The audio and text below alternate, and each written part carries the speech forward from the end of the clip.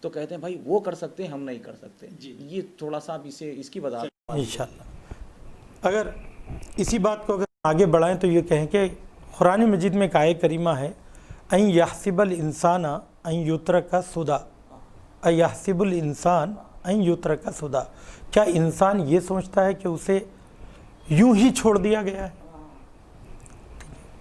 یوں ہی چھوڑ دیا گیا؟ تو اگر انسان کو آزاد چھوڑ دیا گیا تو وہ ایک جنگلی جانور کی طرح بے باند و بار جس کے لیے کوئی قانون نہ ہو ایسی زندگی گزارے گا. اور اگر سارے انسانوں کو اس طریقے سے آزاد چھوڑ دیا جائے تو اس دنیا کی شکل کیا ہوگی؟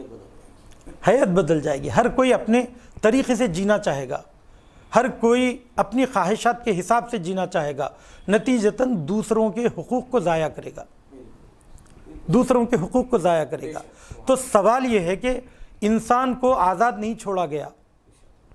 یا پلٹ کر یہ سوال کروں کہ آخر انسان اس دنیاوی زندگی میں کس کو خوش کرنا چاہتا ہے؟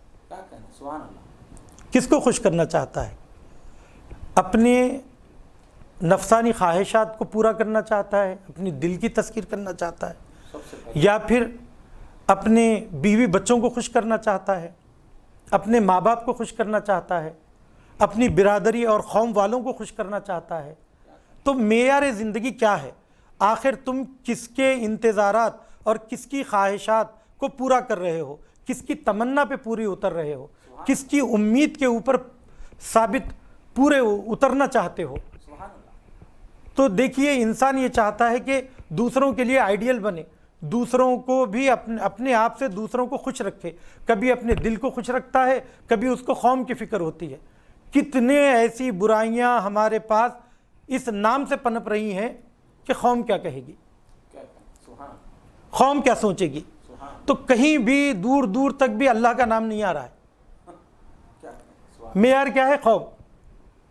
اگر میں یہ کروں گا تو میرے بیوی بچوں کو اچھا نہیں لگے گا، چاہے اللہ کو برا لگے، مگر بیوی بچوں کو اچھا اگر نہیں لگ رہا ہے تو سوال یہ ہے کہ آدمی آخر کس کو خوش کرنا چاہتا ہے؟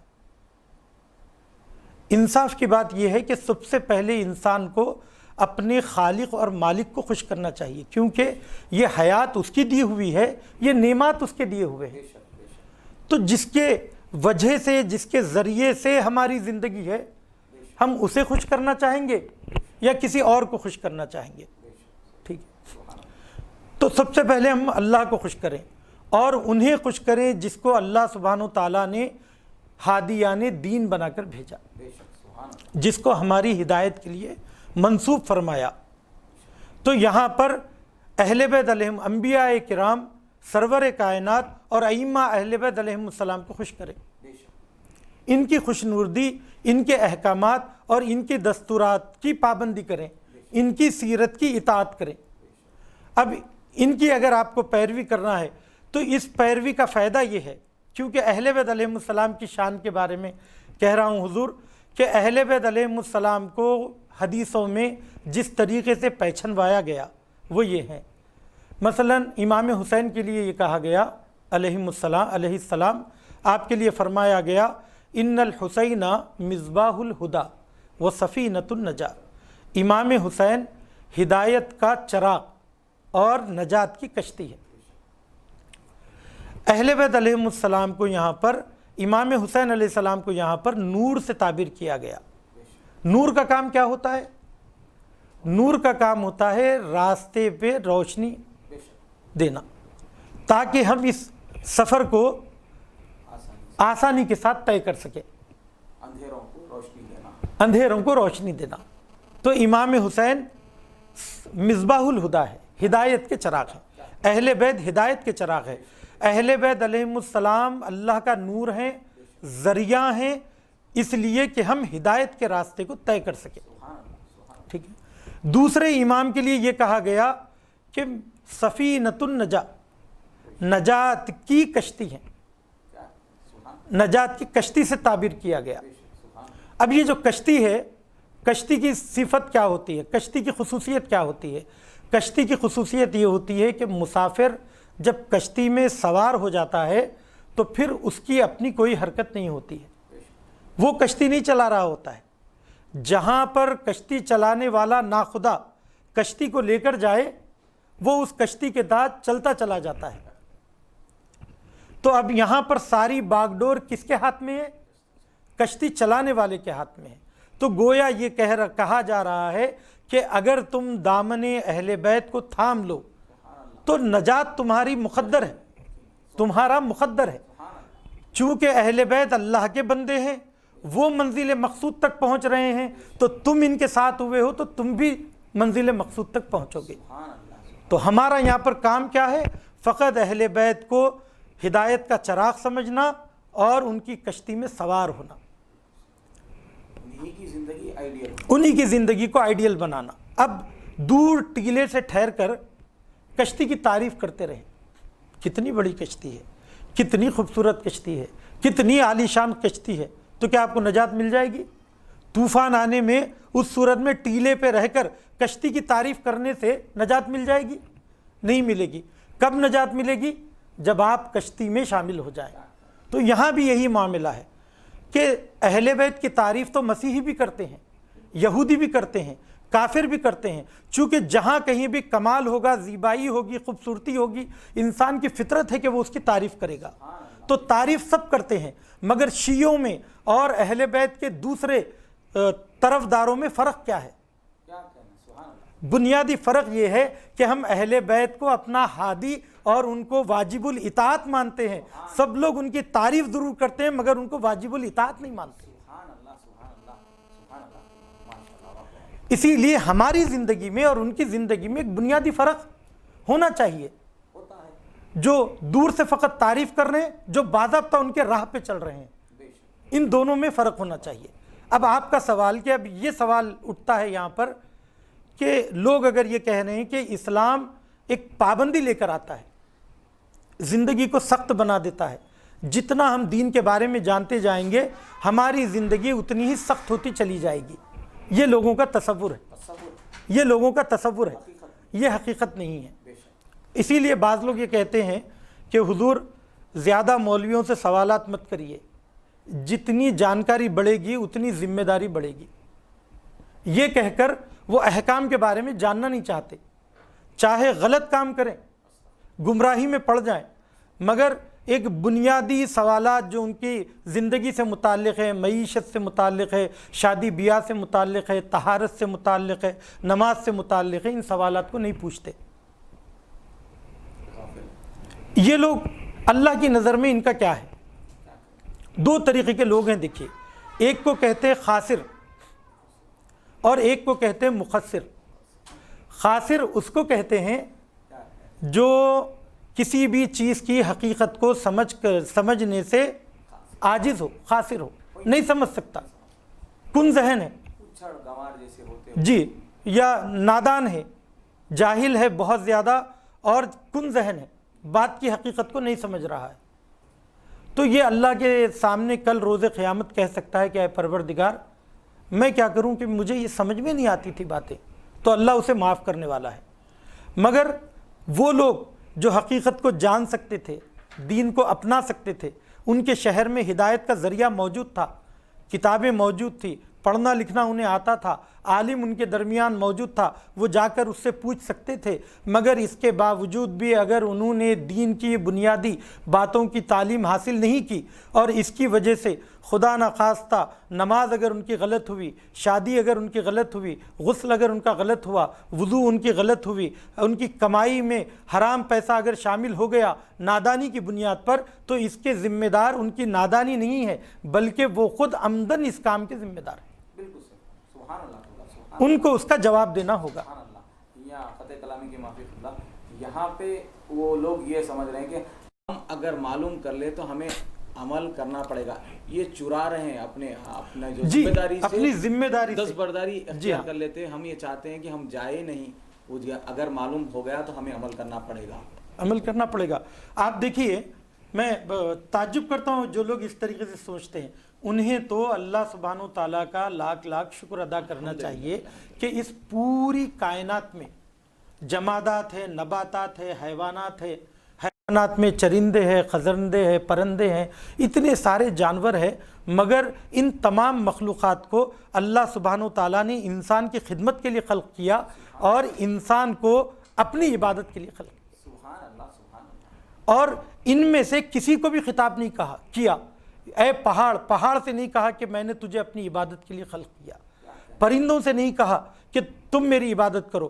وہ لوگ تکوینی طور پر اللہ کی مرضی کے مطابق جی رہے ہیں تو یقیناً اللہ کی عبادت میں ہیں، مگر وہ لوگ اختیاری طور پر عبادت نہیں کر رہے ہیں۔ انہیں وہ ملائکہ کی طرح، ملائکہ جس کو ہم سب سے بڑا کہتے ہیں اور یہ کہتے ہیں کہ یہ انسان فرشتہ صفت ہے، وہ فرشتہ بھی مجبور ہے۔ اسے رکوع کی حالت میں خلق کیا گیا تو رکوع کی حالت میں، سجدے کی حالت میں خلق کیا تو سجدے کی حالت میں، مگر صرف انسان اور جن وہ مخلوق ہے جس کو اللہ سبحانہ و تعالیٰ نے خطاب کے لائق سمجھا اور اسے کہا کہ وما خلقت الجن والانس الا لیعبدون، میں نے جن و انس کو خلق نہیں کیا مگر یہ کہ میری عبادت۔ سبحان اللہ، سبحان اللہ۔ تو گویا پتہ یہ چلا کہ اللہ کی مرضی کے مطابق اپنے ارادے و اختیار سے اپنی خواہشات کو مار کر کوئی مخلوق اگر اللہ کے مطابق زندگی گزار سکتی ہے تو وہ جن ہے اور انسان۔ سبحان اللہ، سبحان اللہ۔ اور خطۂ کلامی کی معافی اللہ۔ آپ دیکھیں اب جیسے لوگ کمت سے کہ ذمہ داری ہے یا دباؤ پڑتا ہے، انڈر میں آ جاتے ہیں، آپ کسی بھی محکمے میں چلے جائیے، میں اگر آپ نے ملازمت کے لیے آؤں گا تو میرا آپ کا وقت مقرر ہوگا۔ جی ہاں، آپ یہ کہیں گے کہ بھائی آپ کو 8 گھنٹے کام کرنا ہے، جس میں سے آپ کو 1 گھنٹہ دوپہر میں عبادت کے لیے، کھانے کے لیے، جو بھی آپ کو وقت دیا جائے گا یہ 1 گھنٹہ رہے گا۔ تو مجھے بھی آپ یہ کہیں گے کہ جب کبھی جا رہے ہیں آپ، میں تو نہیں رہوں گا، مجھے تمام کاموں سے فرصت نہیں رہتی، دوسرے امور بھی ہیں، آپ ان کے انڈر میں کام کریں گے۔ جی، آپ کسی بھی محکمے تو انڈر میں تو آپ کو رہنا ہے، کسی کے ماتحت، دنیا میں بھی کسی کے ماتحت، کہیں ملازمت کرتے ہوں، کہیں ڈرائیور کی نوکری، چھوٹی سی چھوٹی نوکری کرتے ہوں تو کسی کے ماتحت آپ کو رہنا ہے۔ میں یہ کہہ رہا ہوں کہ جب یہ در حقیقت ایک کج فہمی ہے، وہ لوگ یہ سمجھتے ہیں کہ اگر اللہ کے ماتحت اگر نہیں آئیں گے تو آزاد ہیں، آزاد نہیں ہے، بلکہ اس کے بعد خرافات کے غلام ہیں، اس کے بعد انسانوں کو خدا بنانے پہ مجبور ہے، اس کے بعد اللہ کی مخلوقات میں سے سورج کی پوجا کرنے پہ مجبور ہے، ٹھیک ہے، قدرت کے آگے سر تسلیم خم ہونے پر تسلیم ہے، مجبور ہے۔ ایک خدا کی بارگاہ میں اگر آ جائیں تو ہر قسم کی غلامی سے آزاد ہیں، اللہ کی بندگی میں آ جائیں تو ہر قسم کی، وہ ایک سجدہ جسے تو گراں سمجھتا ہے 1000 سجدوں سے دیتا ہے آدمی کو نجات۔ تو انسان کی نجات اور کامیابی اور انسان کی آزادی در حقیقت اللہ کی بندگی میں ہے۔ سبحان اللہ، معذرت اللہ خطۂ کلامی کی۔ دیکھیں اگر اسلام میں اگر آپ چاہ رہے ہیں اچھا کھائیں، اسلام روک رہا ہے؟ نہیں۔ اگر آپ اچھا پہننا چاہ رہے ہیں، اسلام روک رہا ہے؟ نہیں۔ آپ اچھی تعلیم کی طرف جانا چاہ رہے ہیں، اسلام روک رہا ہے؟ نہیں۔ مگر یہ کہ ہمارے پاس ماحول آئے، تمہاری جتنی چادر ہے اتنا تم پیر پھیلاؤ، تو اسی اعتبار سے میری استطاعت جتنی ہے میں اتنا ہی، جتنی بھی کھانے پینے میں ہو، پہننے اوڑھنے میں ہو، رہن سہن میں ہو، پھر میرے عزیز و اقارب کا، دوست احباب سے ملنے کا اسلام میں عبادت کا درجہ رکھا گیا ہے، رشتہ داروں سے ملنے کے لیے عبادت۔ مگر آپ کو صرف پابندی کس چیز میں ہے؟ جب آپ کہیں چیز میں جہاں غنا ہو رہا ہے، جو بد کلامی ہو رہی، ان چیزوں سے اجتناب کرنا ہے۔ اجتناب اب یہ دنیا بھی کہہ رہی ہے، اگر میوزک آپ سنتے ہیں خدا نخواستہ کوئی، تو ان کے کانوں کا کیا حال ہوتا ہے، دماغ کے لیے، سائنس بول رہی ہے، میں نے سائنس میں موجود ہے، آپ چیک کر سکتے ہیں، جتنے آپ زیادہ دیر، آپ فون بھی رکھا گیا ہے کیفیت کے لیے رکھا گیا، آپ زیادہ دیر فون پہ بات کریں گے تو آپ کو یہ افیکٹ ہوگا کان پہ۔ آج ہماری گفتگو در حقیقت تقریباً یہ باتیں پچھلی باتوں سے ہی ملتی جلتی ہیں۔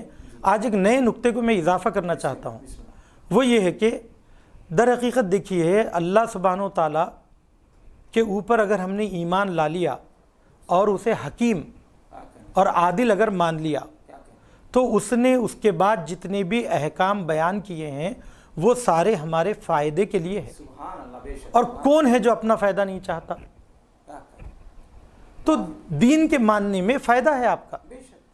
تو دیکھیے، میں آج کا نقطہ جو ناظرین بھی ہماری گفتگو میں شامل ہے اور ہمت افزائی کرتے ہیں اور باضابطہ سن رہے ہیں، تو عزیزو، پچھلی گفتگو سے آج کی گفتگو ہماری الگ ہو، اس کے لیے ایک نقطے کی جانب اشارہ کرنا چاہتا ہوں، وہ یہ ہے کہ جیسے کہ میں نے آغاز میں آپ سے کہا کہ ہماری طرز زندگی اور ہمارا لائف اسٹائل ہے اور ہماری روش زندگی یہ در حقیقت اوپری چھلکا ہے، اور اندر جو مغز ہے، اندر جو اصل جو چیز موجود ہے وہ ہے ہمارا عقیدہ اور ہمارے اخلاق.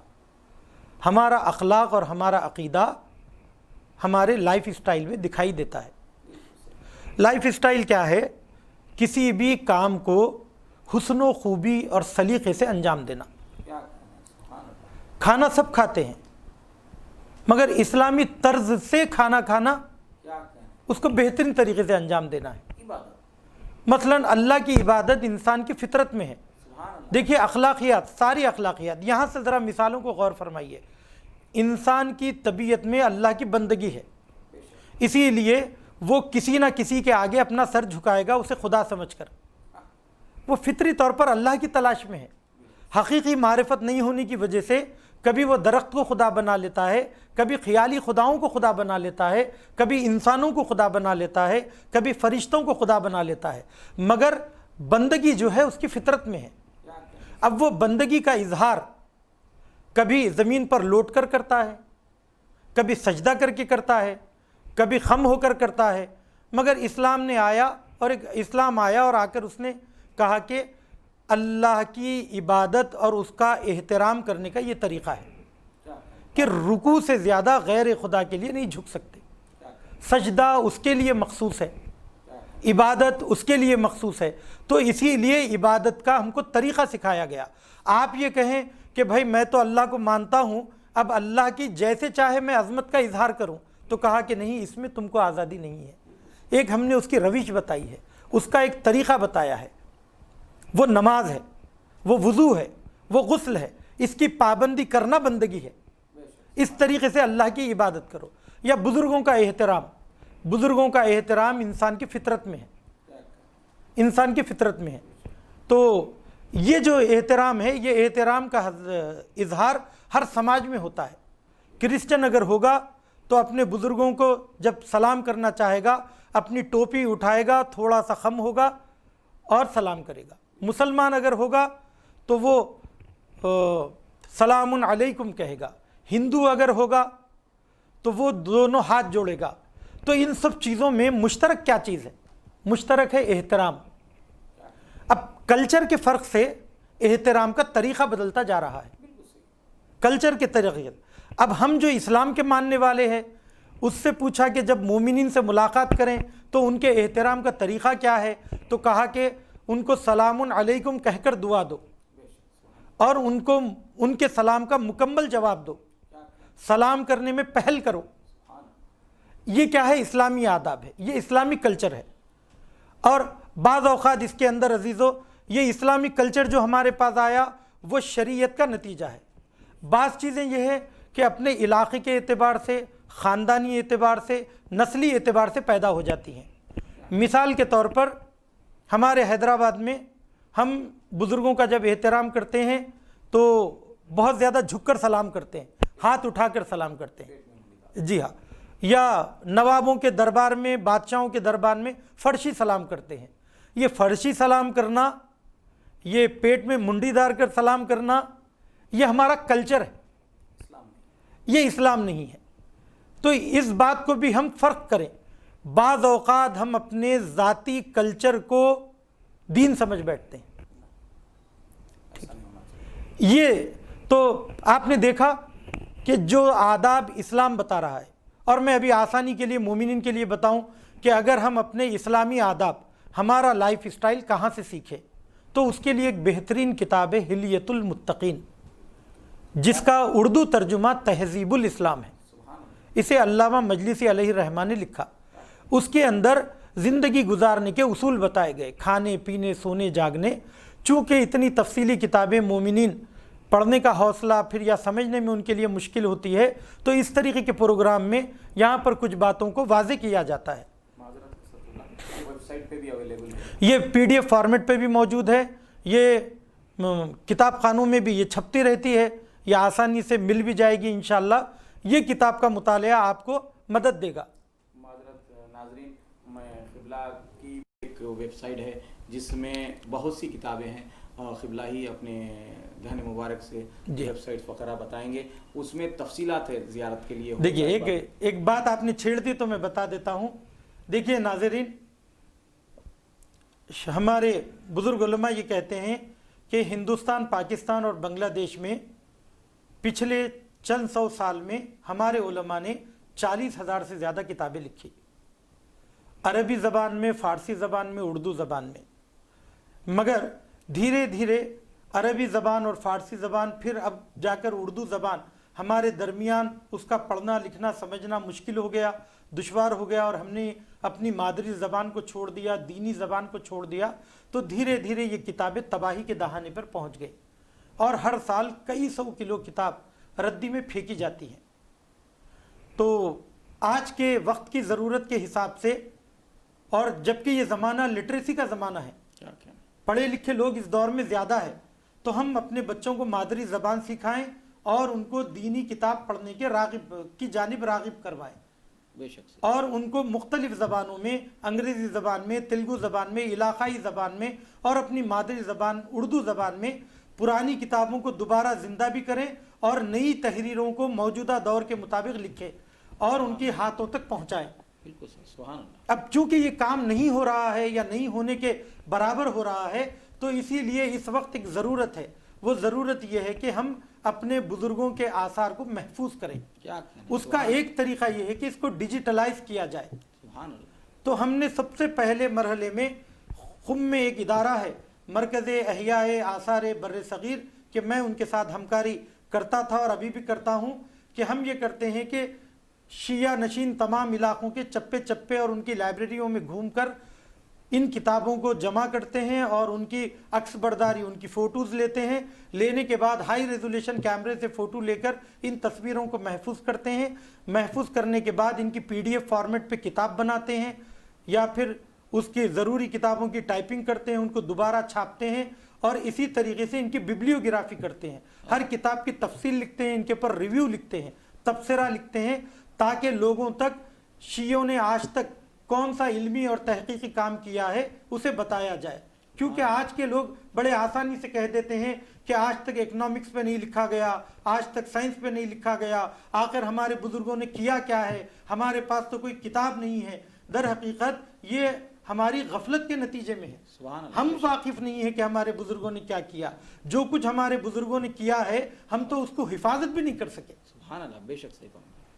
ہم خود نیا کام کچھ پیش کرتے، ہم تو پرانے کام کو حفاظت بھی نہیں کر سکے. نہ عمارتوں کی حفاظت کر سکے، نہ اپنی تاریخ کی حفاظت کر سکے، نہ اپنے کلچر کی حفاظت کر سکے، نہ اپنے علمی سرمایہ کی حفاظت کر سکے. سبحان اللہ. بے شک صحیح. اور افسوس کی بات تو یہ ہے کہ پڑھے لکھے لوگوں کے درمیان بھی آج کبھی کتاب کی تعلیم کی بات کی جاتی ہے تو کہتے ہیں کہ مولانا نئی کتاب کی ضرورت کیا ہے، پچھلی کتابیں کون پڑھتا ہے، یا PDF بناتے ہیں تو اس کا فائدہ کیا ہے. تو ردی میں چیزیں برباد ہو جائے قبول ہے، مگر ان کتابوں کو دوبارہ احیا کرنے کی ضرورت محسوس نہیں کی جاتی. اور پھر ایک خوبی یہ بتا رہا ہوں عزیزو، بہت ساری کتابیں فارسی اور عربی زبان سے ترجمہ ہو کر آتی ہیں، در حالی کہ وہاں کے مصنفین نے وہاں کے ماحول کو نظر میں رکھتے ہوئے وہ کتابیں لکھی. کیا کہنا. سبحان اللہ. در حالی کہ ہم کو اپنے علاقے کے لکھے ہوئے علماء کی کتابیں اس لیے پڑھنا ضروری ہے چونکہ انہوں نے یہاں کی ضرورت اور ماحول کو نظر میں رکھ کر کتاب لکھی ہے. کیا کہنا. بے شک صحیح. تو جب تک ہم اپنی مادری زبان میں اپنے لکھے ہوئے علماء کی کتابوں کا مطالعہ نہیں کریں گے، ہمارے سماج میں وہ جو تبدیلی ہے وہ نہیں آئے گی. چونکہ اصل چیز جو انسان کی جو خوبی ہے اور انسان کی جو ارزش ہے، انسان کی جو اہمیت ہے، انسان کا جو وقار ہے، انسان کی جس سے پرسنالٹی بنتی ہے، وہ اس کا شعور ہے. اور یہ شعور ہمارے علمی سرمایہ سے آتا ہے. شعور آتا ہی علم سے شعور آتا ہے. اسی لیے ہم لاکھ سنی سنائی باتیں، لاکھ ہم جو اپنے ویب سائٹ اور واٹس ایپ پر توڑ مڑوڑ کر اور ادھورے میسیجز کو پڑھیں، اس سے ہماری دینداری میں کوئی اضافہ ہونے والا نہیں ہے، بلکہ گمراہی میں اضافے کا امکان ہے. معذرت کے ساتھ یہ جو پڑھنے سے پہلے کم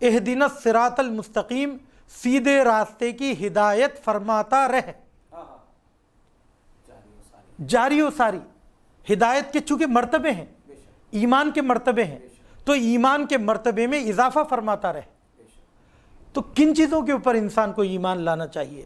ناظرین، بالخصوص نوجوانوں سے میرا خطاب ہے کہ یقین مانیے آپ دل پر ہاتھ رکھ کر بولیے کہ کیا ہم اپنی بنیادی دین کی باتوں کے بارے میں جیسا جاننا چاہیے ویسا جانتے ہیں؟